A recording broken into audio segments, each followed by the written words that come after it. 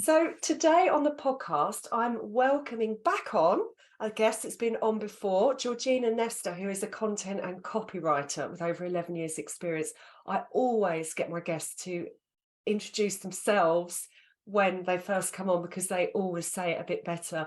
But, this podcast is about style, image and fashion. It's not a business podcast. We're going to be talking a bit about what Georgina does, but we're going to ultimately be talking about her style, how important it is to her, fashion, and hopefully we'll bring some tips for people listening of where to shop and some inspiration today. So welcome, Georgina. Thanks so much for coming on the podcast again. Hi, thank you for having me back. And could you give me a little quick? I mean, we're both ex-corporate girls. We used to be in corporate, and now we do our own thing. So, what's your story? What happened with there? So, I was in investment banking for about 6.5 years, and I left that in 2018, in summer 2018, and the very next day I decided to start a business. It was all very short notice, a bit of a whirlwind. Yeah, now I've been running this business for it'll be 5 years this summer.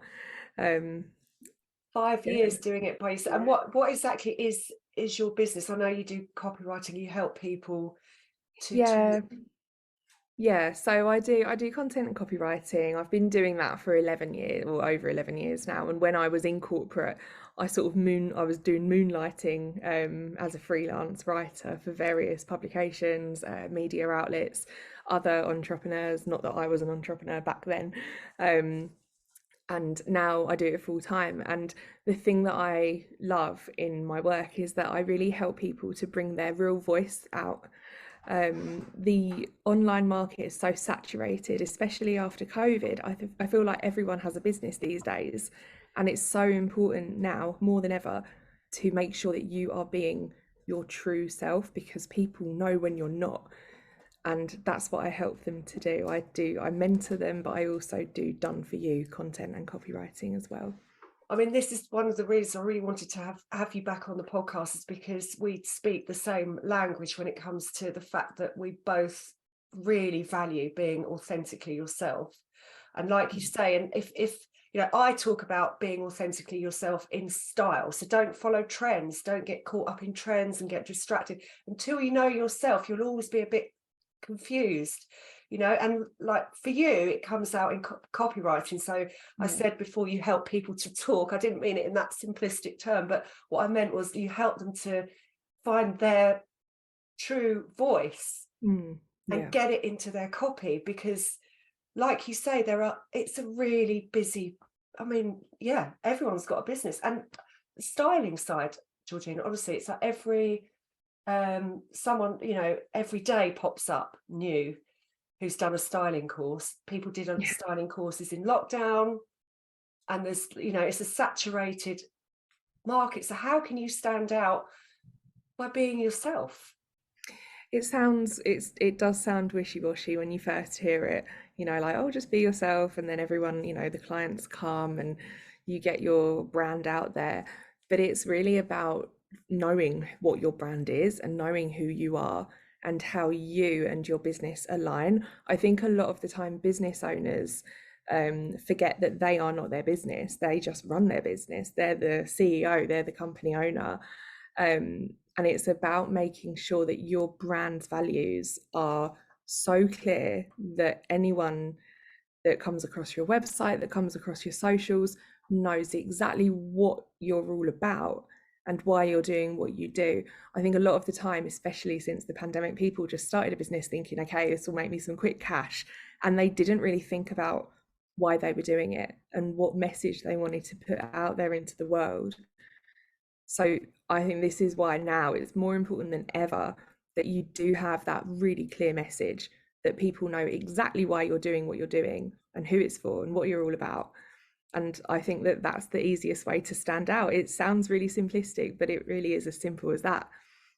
Well, people are scared of, we're going to get onto this, but like, people dress how they should dress, right? And I think it comes with copy. I think whenever I see someone really stylish, I'm waffling here. Whenever I see someone really stylish, I think, or someone who goes for it, I think I want to be friends with them because they obviously know themselves well. They've got an inherent confidence. And when it comes to writing, you know, it's like people sort of hold back and they're a bit scared, I think, of they say what they think people want to hear rather than, am I making sense? Do you know what I mean? Yeah, It's yeah, you are. Yeah, yeah. too I much think, should. yeah, there's so many shoulds. I think there's so many shoulds when it comes to style and fashion, and then there are so many shoulds when it comes to writing and getting your brand out there. And I don't agree that that should even be in the dictionary, to be honest. Yeah, if you can just be brave and just be yourself and sort of say things like there's that thing, you know, we're talking business here. You end up you attract the people that are for you, so you attract the people who will, you know, love you and love what you want to say, what you're saying, and want to work with you genuinely, because when you're authentic, you're genuine. That's why it's so important. You know, if you're sort of just trying to say things that you think people want to hear, then you're going to maybe miss the mark. But I mean, you're all about this. You're all about passion as well. And I think if you talk really passionately about something and you live your life passionately, you sort of can't be wrong. No, you can't. I think it's all about knowing who you are. And sometimes we get lost. We don't really know who we are. Like, things happen in life. We all go through stuff that makes us sort of question our identity and wonder if we're doing what we, you know, should be doing, or even if we're, you know, living life how we should be living, and that. And there is no such thing as should, ever, in life, in business, you know, other than like taxes and things like that. There's no such thing as should. And when you're living your truest life, when you're being authentic, when you know who you are we allowed to swear on this podcast? I won't swear, but You can swear. I was going to Fine. say, when you know who the F you are, it just, I Yeah. don't know, it lands more powerfully. But when you know who you are, everyone else knows who you are. When you have a certain perception of yourself, that's the perception everyone else has of you. So, you know, when it comes to style, I love experimenting with clothes, makeup. As you know, I love makeup. Yeah. Hair. I love to, you know, just dress how I want to dress. And honestly, I don't care. I don't care if it's not fashionable. I don't care if people are, you know, taken aback by something I might wear, or, you know, if I'm wearing ridiculous eyelashes at 2 p.m. on a Wednesday and like massive earrings and sparkly dresses and stuff. I don't care. Like, I just like to dress how I want to dress. And it's the same with my writing. I just say what I want to say, make sure it's all aligned with the message I want to put out. Right. Yeah, Yeah. and do that. I mean, I know, Georgina, you've spoken openly about it, that you have gone through periods of self-doubt and feeling insecure, and I just, you know, and that's held you back, and I just wondered how how that was, you know, when has that struck, and how have you pulled yourself out of that? Yeah, I mean, I go through these self-doubt cycles quite regularly. I think a lot of people do. One of the main things that caused me to ever start doubting myself was when I was bullied when I was at school. This all started when I was about 13. I was really badly bullied, and I was, you know, I was beaten up in the street twice. I was beaten up on a God. bus. Yeah, I had a really horrible time for a couple of years. And I was picked on for the way that I look. So I was picked on because I had, not that you can tell right now where it's all tied up, but I have really curly hair.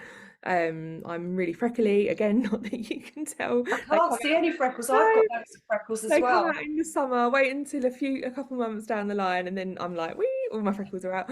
I've always been a bit bigger. Also, I've always been taller as well, and people just thought that that was, you know, that was a thing to start picking on me for. It's funny because now people curl their hair all the time and draw freckles on. But yeah, I was bullied for the way that I looked. That's where it all started from, when I was 12 or 13, and ever since then I have processed it and I'm through it, and I believe that I'm on the other side of it now. But because it happened and I can't change that. Sometimes it does still come up. Things will trigger me and it makes me remember like how I felt back then. And it's kind of, you know, that can happen these days, even, you know, how old am I now? 32. So like 20 years down Baby, the line, you're a I forgot how baby. old I was. I never forget how old I am. Sadly, I'm way over that hill. So you think it came from there, and but Yeah. you but how would you say that you've gained confidence? What's been, is it just, you know, loving yourself? What's the thing that's given you the confidence? Just knowing So yourself. yeah, I had to go through, you know, quite a bit of therapy, which I'm massively I'm a massive proponent of having therapy. I think over in the States, people love therapists. Like loads of American people just have a therapist for no sort of real kind of reason. They'll just have one, almost like Yeah, you know, we have a, well, I don't know, like get a our financial nails done advisor or with you. whatever. Yeah. Yeah, something like that. Yeah, exactly. Over here it's not talked about as much, but yeah, I did, you know, I had quite a bit of therapy that really helped me to reframe some of those you know, the stories that I'd sort of started telling myself about myself because of all that happened to me. Um, I've also got the most amazing friends. I've had these friends since I was little, and they've just been a consistent figure in my life. I've got a really close group of girlfriends, um, and you know, some of them were bullied, some of them weren't, but we were always there for each other.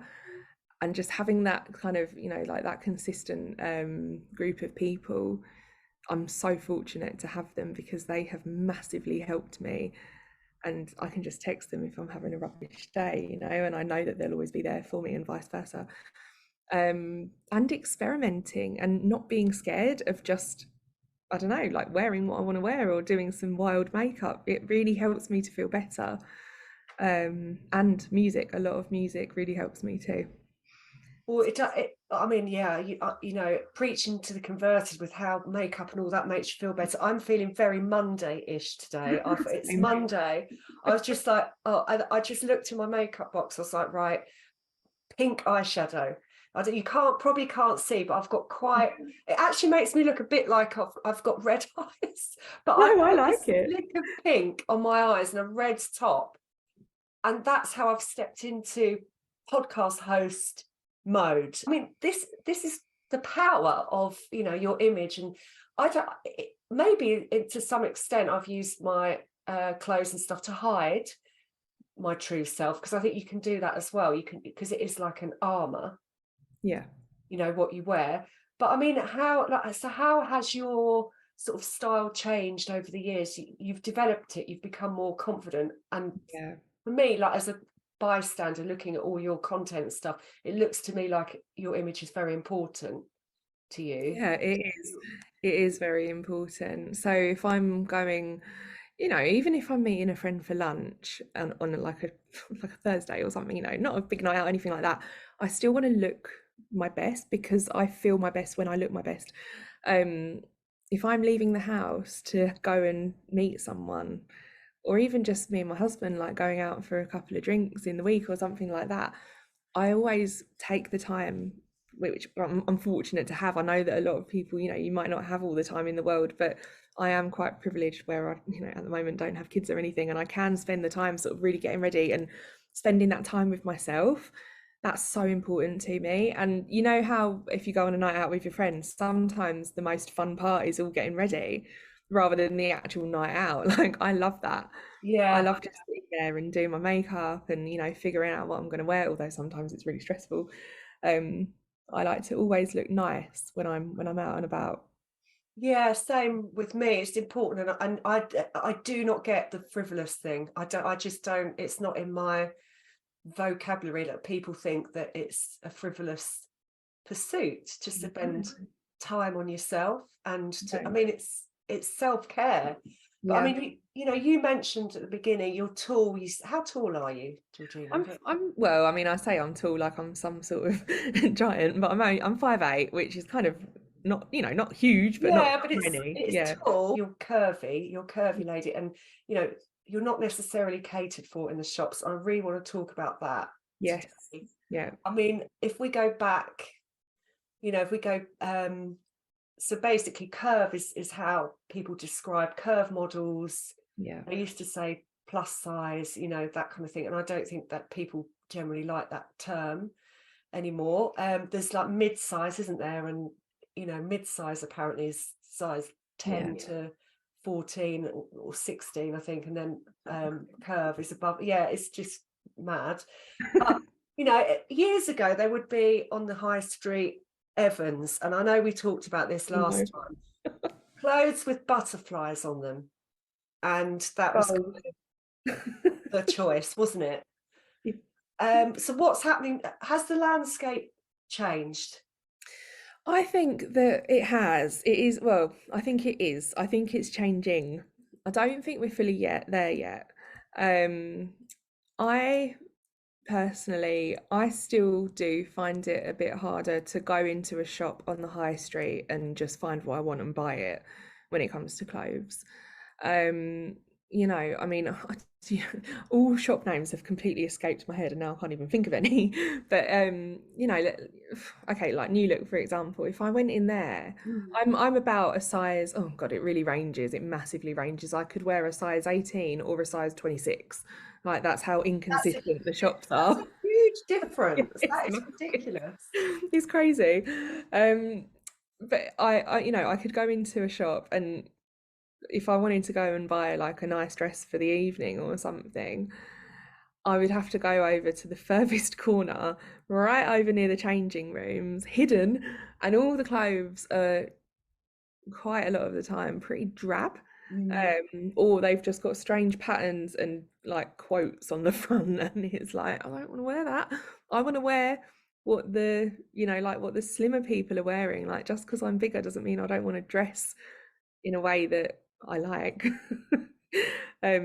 Yeah, so some of the clothes in the shops are kind of shocking. I don't remember the last time I actually went into a clothes shop to buy something for myself. I've gone in with friends when they've gone shopping and I've sort of looked around and thought, yep, nope, nothing for me here. So Where do you shop then?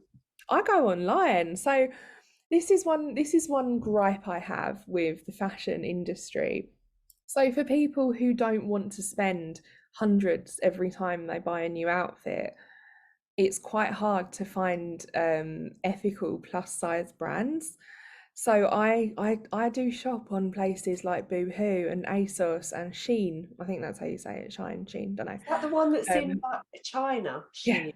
Yeah. yeah, and so I don't buy clothes as often anymore as I used to. I did used to buy a new outfit every time I went out, and I've not done that now for the start of this year. I said, right, I'm just going to wear the clothes that are in my wardrobe. If I don't wear something for at least 6 months, then it's going. I'm going to get rid of it. I'm going to sell it. I'm going to send it to a charity shop. I don't know. I'm just going to get rid of it, give it to someone. So I'm trying to not go out and buy well, not go out. I'm trying to not go on my phone and buy stuff as much these days. Right. But I do find I have had a little look, and I do find that these really fast fashion brands are actually the nicest in terms of the clothes, not in terms of the quality, because you're not buying it for quality. You're You're just talking buying it about to the wear. style. You're talking Yeah, about the style of the clothes. I find a lot of the time on these apps like Boohoo, ASOS, Shein, these cheaper shops, they do cater for bigger sizes in the same clothes that they have for the smaller sizes, which is like music to my ears, and it doesn't cost any extra. It's the same price, which I think is amazing. But then again, you've got this, the ethical side of it, and knowing that there are these like poor people in sweatshops getting paid nothing to make these clothes. Yeah, it's like a real battle in my head. And at the same time, I'm like, where are the other choices for plus size women like me who don't want to wear cheap clothes that have been made by like slaves? And There's obviously a gap in the market, Georgina. I think there is, we should launch a clothing brand love to. immediately, sustainable, definitely in like more Honestly, I would. accessible sizes. I mean, the only places I know, ASOS, I think have got some plus size clothes. ASOS, Never Fully Dressed, I think. I do like Never Fully Dressed. They're quite stylish. They are really so. I love the patterns, but you know what? They're not for everyone though. They're great for someone like me who loves to wear kind of loud things. but I couldn't imagine someone a bit more conservative wearing the clothes from Never Fully Dressed. I don't know. Not for a minimalist. No, not for a minimalist. No, Um, I mean, how would you describe your style then? I'm going to put, hmm, see, I'm going to put you on the spot a bit, put me on because the spot. I say to people, like, choose a really good way to find your style, because they used to do that thing. So they would say, right, which style tribe are you? Are you preppy? Are you relaxed? Do you, you know, where? But actually, if you think of 3 words to describe your style, Mhm. that's really powerful. And then when you put an outfit on, you can think, does this fit my 3 words? I find it really useful. So Yeah. colourful might be one of your words. Yeah. Although, do you know what I say about colours? But I love nothing more than, this is a bit weird. This is kind of niche and you'll probably laugh. But so on a really, really sunny day, I love nothing more than wearing a fully black outfit and then like bright makeup and really standing out because you don't expect people to wear all black Yeah, on a bright sunny summer's day. day. I love it though, because black is one of my favorite like colors to wear. Not because I want to hide, it used to be, but not now. But because I can really, I can wear so I can look something quite dramatic when I wear it. I need to get these 3 words though. I'm trying to get away from doing Okay, that. dramatic is a word. Dramatic is one of your Dramatic, words. So yeah. you're probably quite sort of avant-garde then. That's another way of describing Cool that way of style describing type. it. Yeah, I would Dramatic. say feminine 100%. I don't really do like androgynous looks. I am very feminine, I think, in how I dress. Like if I'm wearing jeans and a top, then I will make sure that I'm wearing jewelry and like nice hair and makeup and that. I don't really ever wear trainers. I don't really like wearing trainers. I don't know. I'm just not a fan. Glamorous then. Maybe Glamorous. glamorous, maybe. Although Bold. today I'm not feeling very glamorous. Well, I'm not. As I said, we are recording this on a Monday, and I am feeling First task very of the week. Monday-ish today. No. But bold, glamorous. I think bold's a good one, and glamorous and feminine. You know, could be that. But Yeah, also, could be. you've got a rebellious spirit in you there, because I you was gonna say rebellious needs to. I feel like glamorous makes it sound not rebellious enough. right. What's So a you think, good middle word? I don't I know. know what you mean. I know what you mean, because you've got a bit of edge in there, haven't you? So glamorous Mm. is maybe a bit like Edgy obvious. glam. Can we say edgy glam as one word? Edgy glam. So you know, if you know, you're originally from Essex as well. I know you've been in London for a long time, same as me. But when you think of the way people dress there, I mean, Oh no. that look is like extra, isn't it? It's Very extra. I am extra, just not in the Essex way. I love it though. I love the fact that they all get really dressed up there. Really dressed up. Yeah. Yeah, I mean, I don't know. Saying that, I don't, like the whole like white stilettos and stuff. I don't wear that. I can't really wear heels because I've got a dodgy ankle. But yeah, I don't know. I don't really do the whole like ultra Essex. My sister does. My sister's very Essex. I should probably hate me for saying that, but she's very Essex in how she dresses. Yeah. Yeah, that I would say is quite sort of sexy glam, isn't it? Yeah. That kind Yeah. of the only way is Essex sort of look, and everything really quite extra. I love it though, but you've got a bit of edge in there as well. See, I knew we'd get you 3 words. We've kind of got it. All right. So What are we settling on then? I think we're going feminine, edgy, rebellious. Or no, because edgy is rebellious. Feminine. So listeners, this is important. It's really important. Feminine, edgy, and you don't like glam, so we've got to come up with another word for that. Hmm. Bold, maybe. Bold. I'm good with bold. I think feminine kind of gives you a hint of glam because, glamorous, Yeah, it feminine, they does. kind of go together. We'll have to figure out if any listeners can come up with some With the better words. word, colours have different connotations to them, and a lot of people don't wear pink, for example, because they Yeah, find like it's too. I love pink because but they feel it's too girly, and purple is the opposite. It can be a bit frumpy if you're wearing it in clothes. yeah. I think I you'll do make like purple eyeshadow because it goes well with my hair. Well, you can't tell right now, but it is kind of there's one blonde streak there, but it's kind of half dark, half blonde, where it's all grown out. If I can get away with it because it's curly, but I the mean, pink does go how well I with was going to blonde. ask you as well, how important is it, do you think, how important is your, is it part of your identity, would you say, sort of dressing up, dressing well? And Yeah, it is. Yeah. There's this sort of running joke with my friends that if I'm given like less than 2 hours notice to go out or something, then they know that I'm not going out, because the likelihood is that I'll be sitting at home in a tracksuit with my hair like this with no makeup on. So they know they need to tell me well in advance, give me at least a few hours notice if we're doing a spontaneous thing, Right, because right. it's really important that I feel good and feel confident when I go out. If I don't, then I'm just not going to enjoy myself, and so much of that comes through my clothes and my makeup. Same. And I think the only time I don't have makeup on for me is when I'm ill. That's literally the only time. I would, otherwise I put it on. Quick question before, yeah, we wrap up. It was about jeans. You found, because I know some listeners would, jeans were always really hard to find, and you found some great jeans. Can you remind me where they were from? Yes, so the jeans that I've bought that I love, and I've been wearing them like for about 2 years straight now, from New Look. I find with New Look they're quite accurate sizing wise. So I think the ones I got are about size 20, I think they're a size 20, and they're skinny jeans, but they really lift me. You remember when we met, I was wearing the mom jeans, and I Yeah, was like, mom. not quite sure of the mom style of my body type. I'm back to wearing skinnies now. I know they're not fashionable apparently, but they suit me, so That I'm just doesn't gonna wear matter. them. Yeah, Exactly. it's Yeah, but the New Look ones, I think they're called Lift and Shape. okay. Yeah, because they were high waisted, aren't they? Yeah, Skinny. And yeah, if that suits you, then forget what's on yeah. trend. Following trends is you end up with a wardrobe full of stuff that you don't really love. That's the thing. So Yes, I it's agree. important to get your body shape right. Okay, thank you so much for joining me. And we're going to launch a fashion line, Georgina. That's Yeah, we're the gonna have to gap come we've up with a name. identified. We're We've not very identified. good at names today, but we I will. don't think, yeah, I think we can't come up with a name. No, we'll have to get someone else to do that. Despite my job, how ironic. We'll work on it. We'll work on it. But there seems to be a gap in the market. If anyone is listening who knows some good sustainable brands that go from size 18 and upwards, please let us know, because I would love to share that on the podcast, because it's obviously a bit of a problem. Right. Thank you so much for coming on Thank today.